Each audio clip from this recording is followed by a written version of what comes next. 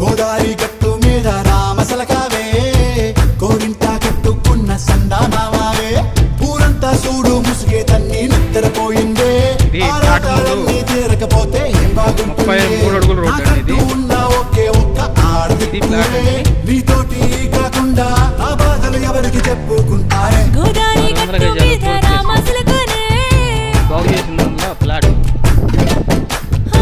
Key పెట్టి గింజుకున్న నీకు దొరకనే.